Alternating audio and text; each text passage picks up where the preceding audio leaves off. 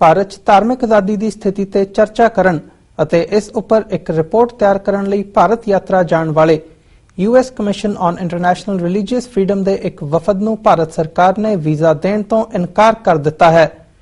US commission on international religious freedom ਦੇ 3 ਮੈਂਬਰਾਂ ਦਾ ਇੱਕ ਵਫਦ ਭਾਰਤ ਦੇ ਸਰਕਾਰੀ ਅਧਿਕਾਰੀਆਂ, ਧਾਰਮਿਕ ਨੇਤਾਵਾਂ ਅਤੇ ਹੋਰ ਆਗੂਆਂ ਨੂੰ ਮਿਲਣ ਲਈ ਇੱਕ ਹਫ਼ਤੇ ਲਈ ਭਾਰਤ ਜਾਣਾ ਚਾਹੁੰਦਾ ਸੀ। ਇਹ ਯਾਤਰਾ ਅੱਜ ਤੋਂ ਸ਼ੁਰੂ ਹੋਣੀ ਸੀ। USCIRF ਦੇ ਪ੍ਰਧਾਨ ਰਾਬਰਟ ਪੀ ਜਾਰਜ ਨੇ ਇੱਕ ਬਿਆਨ ਵਿੱਚ ਕਿਹਾ ਕਿ ਅਸੀਂ ਭਾਰਤ ਸਰਕਾਰ ਵੱਲੋਂ ਵੀਜ਼ਾ ਲਈ ਇਨਕਾਰ ਕਰਨ ਤੇ ਬੇਹੱਦ ਨਿਰਾਸ਼ ਹਾਂ।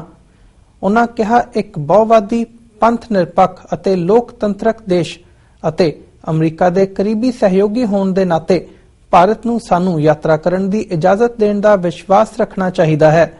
ਇਹ ਪਹਿਲੀ ਵਾਰ ਨਹੀਂ ਹੋਇਆ ਜਦ USCIRF ਦੇ ਮੈਂਬਰਾਂ ਨੂੰ ਵੀਜ਼ਾ ਨਹੀਂ ਜਾਰੀ ਕੀਤਾ ਗਿਆ।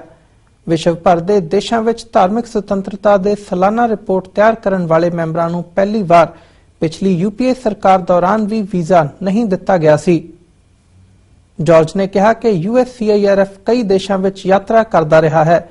ਇਨ੍ਹਾਂ ਵਿੱਚ ਪਾਕਿਸਤਾਨ, ਸਾਊਦੀ ਅਰਬ, ਵੀਅਤਨਾਮ, ਚੀਨ ਅਤੇ ਬਰਮਾ ਵਰਗੇ ਦੇਸ਼ ਵੀ ਸ਼ਾਮਲ ਹਨ, ਜੋ ਧਾਰਮਿਕ ਆਜ਼ਾਦੀ ਦਾ ਸਭ ਤੋਂ ਵੱਧ ਉਲੰਘਣ ਕਰਨ ਵਾਲਿਆਂ ਦੇਸ਼ਾਂ ਵਿੱਚੋਂ ਹਨ।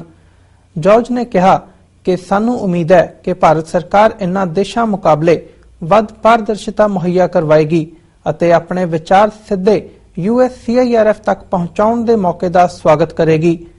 USCIRF ਸਰਕਾਰ ਦਾ ਇੱਕ ਸੁਤੰਤਰ 2-ਪਾਰਟੀ ਕਮਿਸ਼ਨ ਹੈ। ਇਸ ਦੇ ਕਮਿਸ਼ਨਰਾਂ ਦੀ ਨਿਯੁਕਤੀ ਰਾਸ਼ਟਰਪਤੀ ਅਤੇ ਕਾਂਗਰਸ ਦੇ ਦੋਵਾਂ ਸਦਨਾਂ ਦੇ ਨੇਤਾ ਕਰਦੇ ਹਨ।